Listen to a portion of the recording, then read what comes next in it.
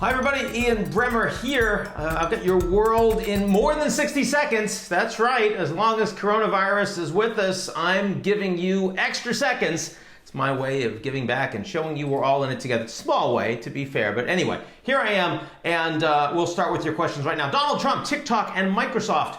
What's the story? Well, the story is that this incredibly successful app that teenagers everywhere seem to really love is functionally owned by China. They're based in the Cayman Islands, but registered there. But the Chinese government has itself said that TikTok is a Chinese firm, and that means that the United States, which is involved in a technology cold war with China, has been looking to hit Chinese tech firms and make it much more difficult for them to act in the United States. I remember there's one Chinese firm that was trying to buy Grindr, which is this app where I think, men can meet men for dating and whatnot. And the idea, I think Congress especially saying, oh my God, we can't possibly have China having data like that. Well, I mean, same sort of thing. So there's a national security issue. There's a political issue with Trump wanting to beat up on China and everyone, both Dem and Republican, finding that's a popular thing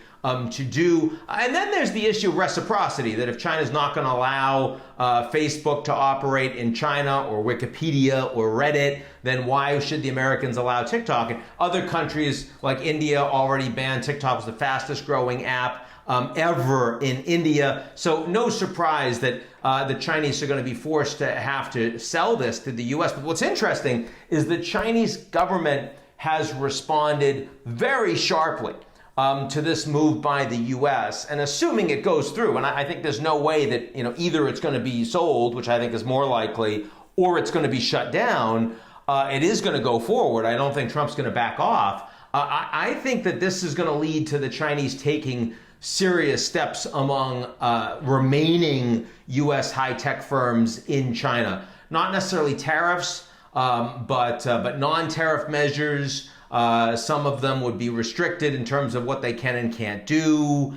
You could even imagine executives being charged with some kind of illegal activity in China, like they've done with a couple of Canadians, a former diplomat, the two Michaels, they say, all of which has the potential to make this a much worse relationship. The next few months between U.S. China and the run-up to the election, very, very dangerous indeed. Spain's former king is gone. What's happening? Well, is the Emeritus king, Juan Carlos I, has been quite unpopular in Spain because of both tax fraud and money laundering inquiries.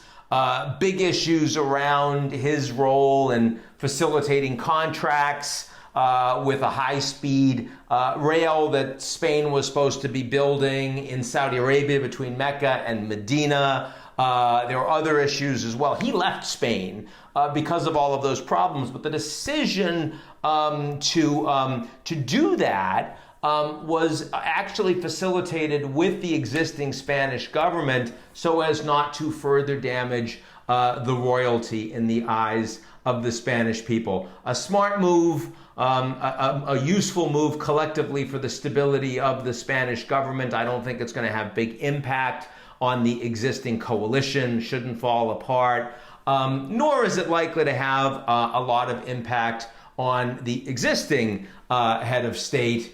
What's interesting is that the King Emeritus does have immunity for any act conducted while in office, but whether or not some of these occurred after his abdication, that's something that we'll see as the cases continue. That could lead to making this a much bigger and more salacious story for the Spaniards going forward. What can the U.S. learn from Israel as back-to-school strategies are planned? Well, Israel in the early days was seen as one of those that had most effectively hammered down the curve with very low transmission on the back of a very effective lockdown and massive surveillance and testing and contact tracing in Israel. They then opened the schools, in part because there's a view that young people aren't as likely to get the disease. They're not as frequently vectors for transmission. Remember, we don't know a lot about this disease. Turns out that's probably wrong. As you've seen, for example, a campground in Georgia, and many dozens of campers end up getting the disease. Massive amounts of asymptomatic case transmission, which can put older people in a great deal of danger, those with pre-existing conditions. So what we're finding is that even in a country that's relatively small, with a lot of transparency, with incredible testing, very wealthy, good healthcare system,